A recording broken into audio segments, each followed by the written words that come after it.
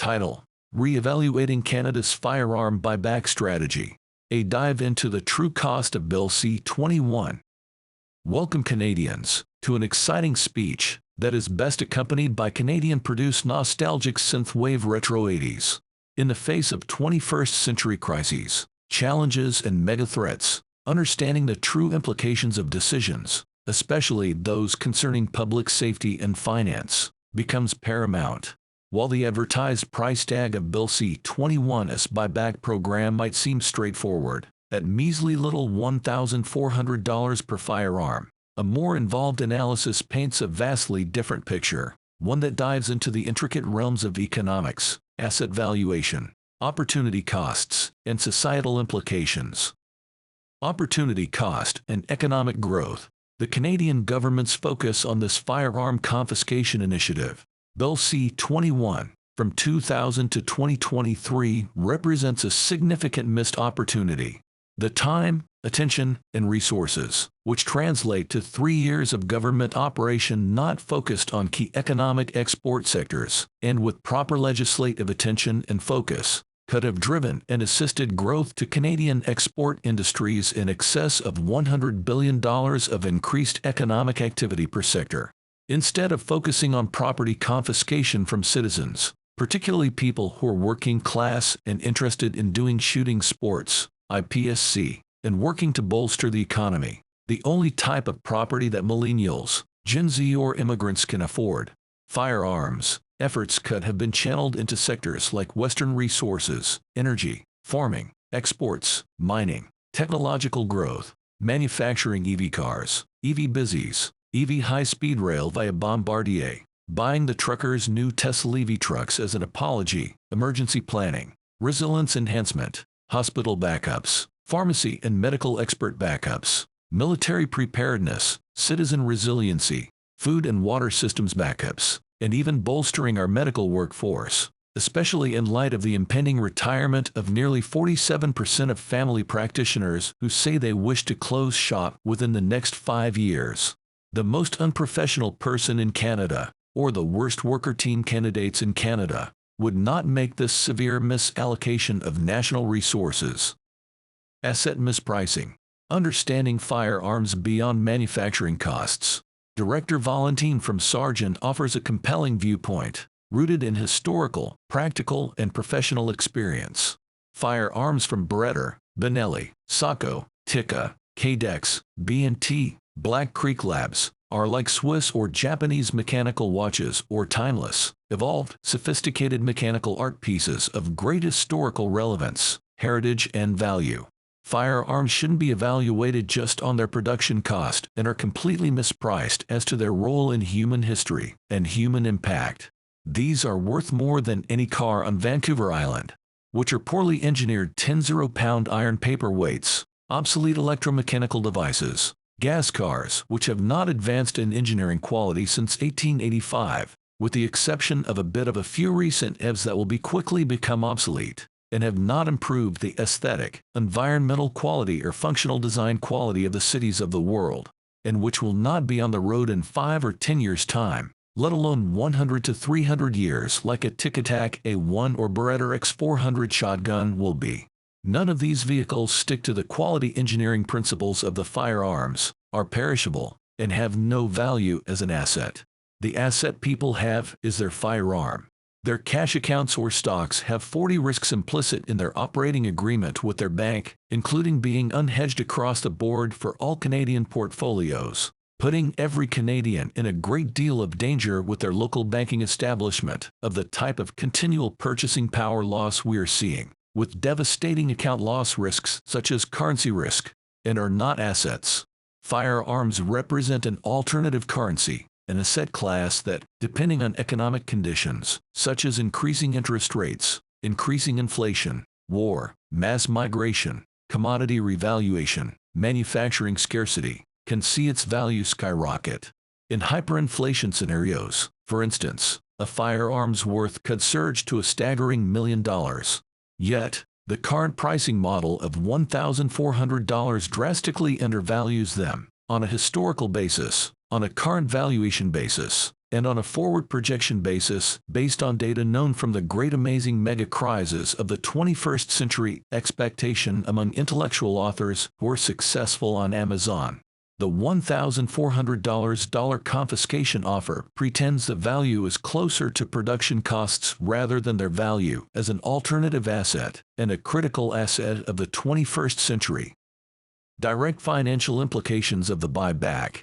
The government might estimate the repurchase of a firearm at $1,400. However, when we account for initial purchase prices, which can lie between $5,000 to $7,000, the $1,400 that the government buys it back with, and the consequent asset destruction of the $7,000 rifle, the cost is then $15,400 per firearm, excluding all of the other costs mentioned in this analysis. Redirecting these funds towards health care, for instance, could potentially aid many, such as the elderly who struggle with medical expenses. Business opportunity cost. Beyond individual owners, businesses connected to the firearms industry face a ripple effect of uncertainty and losses. This cost won't likely be factored into government calculations, but remains very real for local economies and workers. Ranges, distributors, retail shops, gunsmiths, reloading facilities, training facilities, sports clubs, hunting and outfitters, designers, manufacturers, and responsible firearm owners. Security implications and public safety. As civilian firearms expertise diminishes, Canada's military and public service agencies will face increased pressure to bolster its strength, leading to heightened costs. This comes at a time when the military is being reduced in strength on a gradual and multi-decade basis, including the police and the border security as well, with decreasing officer counts contrasted against increasing immigration counts. Moreover, public safety agencies would need to invest more in training and facilities to compensate for the contributions that responsible firearms owners make to maintaining the security infrastructure and ecosystem in Canada in place, through contributing at least $28,000 per new firearms owner to the business environment and outfitters of Canada via purchases alone, adding to the financial and logistical burden of the working class and the elderly to replace these domestic and foreign security infrastructure support costs that responsible firearm owners inadvertently fund via their interest in things such as hunting and sports shooting, or simple practice and recreation and outdoor adventure and expedition. Administrative overheads and logistical challenges. The buyback involves extensive negotiations with millions of firearm owners, collection, and subsequent procedures, with volunteers and administrative officials bearing significant responsibilities. This enormous logistical undertaking brings along a hefty price tag. Border Security, RCMP, engineers, technologists, and computer scientists of Canada, with reduced resources, as evident by the dwindling numbers of border officers from 8,500 to 6,500 recently, as published on Government of Canada websites which are not updated on a regular basis. Our ability to combat illicit firearms and ensure border security wanes. This increases the drug smuggling and crime creation problem.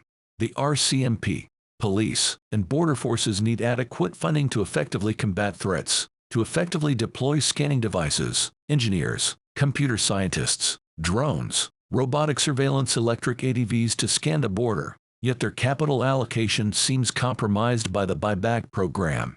As a result, the engineering ecosystem, the border security ecosystem, and the RCMP are compromised and disabled by the federal government from pursuing and achieving security and technological progress in the 21st century for Canadians.